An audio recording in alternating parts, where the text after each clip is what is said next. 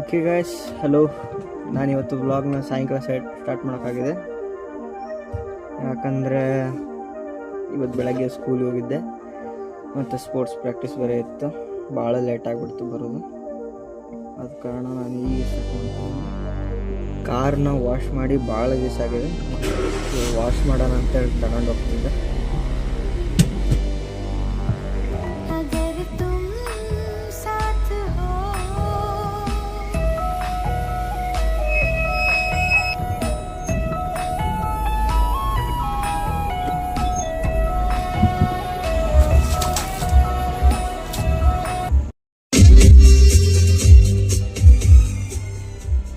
Finally ತೊಳೆಯೋದು ಮುಗೀತು.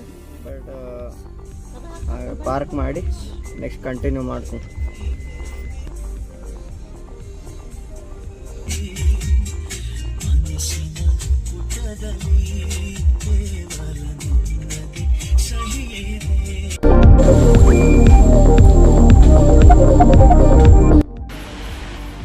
Okay guys, time 8:15 ಆಗಿ ಬಂದಿದೆ. ಹೋಮ್ವರ್ಕ್ ಮಾಡ್ತಾ 1 ತಾಸು ಆಯಿತು.